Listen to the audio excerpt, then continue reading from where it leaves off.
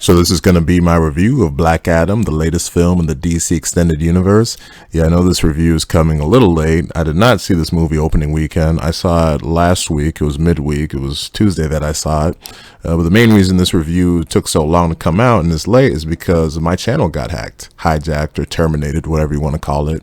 It was a very scary situation, a situation that was out of my control, and one that could have led to some devastating damage to this channel over the 8 years of work that I've put into it. But thankfully, after a few appeals and support and whatnot, I've gotten everything back besides the comments for whatever reason. But now that everything's mostly back intact, it's time for some more reviews. Now, Black Adam was a movie that I didn't have much anticipation for, positively or negatively. Like most people, I'm assuming, I did not know really much about the character, besides there was an obvious connection to Shazam. And you had Dwayne Johnson, who was cast as Black Adam, but he was cast as Black Adam years ago, and it took forever to get this movie made for whatever reason. But the trailers were solid and looked like the movie could be fun enough.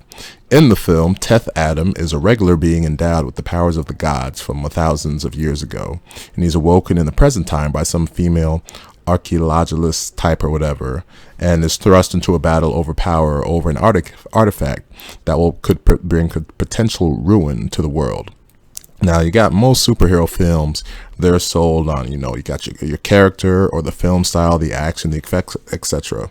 This one's a little different as it's sold on an actor, that actor in this case obviously being The Rock, Dwayne Johnson. It's unique casting because he's just beefed up more than any other superhero that you'd see. So obviously he didn't have to do much training at all for this film, since he's a larger than life figure and he's a larger than life presence in his own right. And that's why it's fun as usual to see him do his thing in whatever movie that he's in. The arc of his character, Teth Adam, what he's called before he's called Black Adam, it's really similar to kind of Schwarzenegger's Terminator from the first two Terminator films. Well, I guess specifically Judgment Day, where he's on an anti-hero type of path. It's kind of a lot of the similar stuff, actually, where you got befriending a kid, learning modern day customs, and even learning a catchphrase for fighting bad guys. This stuff works fine and adds some, actually a decent amount of charm to the film. Adam himself is a very sort of serious personality, but he lightens up as the movie goes on. You get to see more of his humanity as the story film goes on and his character develops a little more. Now, the opening of the film, the opening action of the film had me kind of worried. And it was a very elongated scene of showcasing how indestructible Adam was. But after 10 plus minutes of bullets firing down at him and him folding mercenaries like origami, it's like, all right, I got the idea. It was a little overdone. And I was a bit worried that all the action would kind of be similar to this. That action I find to be very kind of boring, just action showcasing how indestructible someone is. That ain't fun. The action that involved Black Adam versus the Justice Society was very enjoyable. Now, in this movie, the Justice Society is a team assembled by Amanda Waller, who I liked her presence in this film, carrying over, that connective tissue from the various movies and shows that she's been in. But she comes in and hires the Justice Society to sort of, I guess, apprehend Black Adam somehow, who she believes to be a threat to the world because of his power level. Now, these guys, the Justice Society team, they were a fun group that added a decent amount to the film. You got Hawkman, who's the leader of the group. He has like this weird costume that gives him Hawk-like power, strength, and all that kind of stuff. And the guy who played him was really good. And he had a nice oppositional dynamic to Black Adam throughout the film. Then you have Dr. Fate, played by Pierce Bronson. He's a guy that can do a lot of Doctor Strange type magic tricks, and I really liked Bronson here. He was great, and the character just had an interesting visual look, especially when he's got his helmet on. It was very interesting. Then you have your two young guns in the team, Cyclone, a female named Cyclone, and a guy named Atom Smasher. Cyclone, she was cool. I mean, her powers, she had this nice sort of visual elegance to her sort of action scenes and whatnot. And then you have Atom Smasher, and he's a guy who can like change his size and whatnot, and just grow to like some multiple stories high, as tall as like big old skyscrapers and whatnot. That power itself is fine, but the thing that when you watch Atom Smasher that you can't just get out of your head is how visually similar he is to Deadpool in The Mask. I mean, it's just unbelievable. When you just look at it, the sort of rings that are around the white eyes, it's just like, oh my God, it's all you can think about. And then with his power that obviously mimics a sort of giant thing that Ant-Man can do. So it's a unique combination of Ant-Man and Deadpool, and it's just all you can think about when he does his thing. thing. He's the main comic relief in the film, and actually, when he's saying his stuff, when turns giant, it's a lot of the similar type of stuff you'd hear from Ant-Man. So, like I said, it's the perfect sort of Ant-Man and Deadpool mashup right there. So now you got two dueling oppositional narratives in this film that Adam has to deal with. And that's the Justice Society trying to bring him in.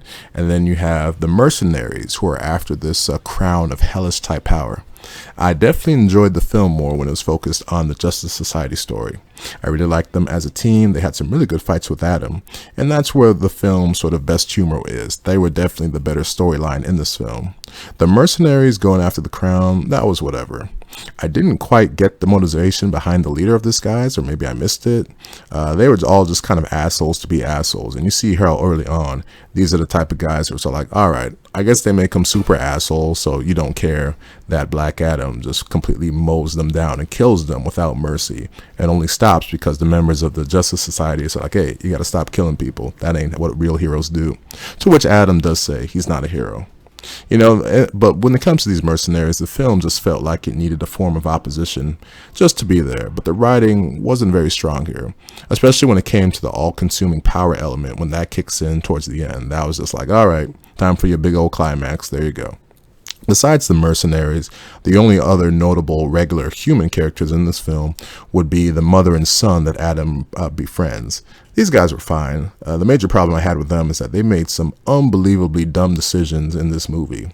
One involves a skateboard through a hallway that I just could not believe, and then the other was an exchange type scene that I was all like, you know what, maybe you should have thought this through a little bit more. Very dumb scenes, but overall, this mother and son duo, they were fine. And the mother also has a brother, and he actually added most of the movie's other comedy besides the Atom Smasher guy. The Rock is definitely what holds this movie together. Like I said, you hire The Rock for a reason. He's the biggest movie star in the world, obviously figuratively and literally. And like Tom Cruise, it's fun to watch him do his thing in whatever movie he's in. Although this is definitely different from the more charismatic version of The Rock that we've seen in, I guess, the majority of his movies recently. Overall, and with the movie, there was a nice, decent twist that they worked in with Adam that makes you rethink the character, adds some more humanity to him, and it's like, oh, okay, didn't see that coming. Like I said, this is all coming from someone with the perspective that didn't know anything about the Black Adam character. When everything came together at the end, I had a pretty solid time in this movie. I thought its climax, despite there not being a whole lot of nuance to the all-consumer power element, the stuff that they did with Black Adam, adding more to his humanity, you enjoyed the Justice Society more. I thought the human characters, the regular characters, they were fine. Everything came together to create a solid time. Not quite the same feel-good level of Shazam, but definitely something that I feel it's like most of the audience that I saw it with definitely enjoyed. So I would give it a 7.5 out of 10 for Black Adam. Now, when I saw the movie, I did not see the reviews before going in. I never do that until after I've seen the movie. So I definitely think the 40%, or maybe it's lower now, that it got is definitely harsh. But that audience score, I guess it's high for a reason. Although maybe it could possibly be people being high off of the mid-credit scene. I don't think so. Even without the mid-credit scene, I do think this movie has a lot that people could enjoy. Like I said, I'm not calling it some superhero classic, but overall it was a fun time. I thought it was worth watching. At this point, I mentioned the mid-credit scene. At this point, I think most people that care about it have heard or seen of the mid-credit scene. I won't go into all-out spoilers about it now, but that's definitely a movie I would not mind seeing watching. And overall, it did make me excited to see that, okay, this is the direction the DCEU needs to go in, having stuff that's clearly planned out and making people excited to see potential movies down the road. This is what I've been saying for years. They've just been on this path where there's no connective tissue throughout their films. But that type of mid-credit scene that they have is definitely something that can get a lot of people excited for what's to come in the future. So that'll do it for this review of Black Adam. If you made it to the end, thank you for watching.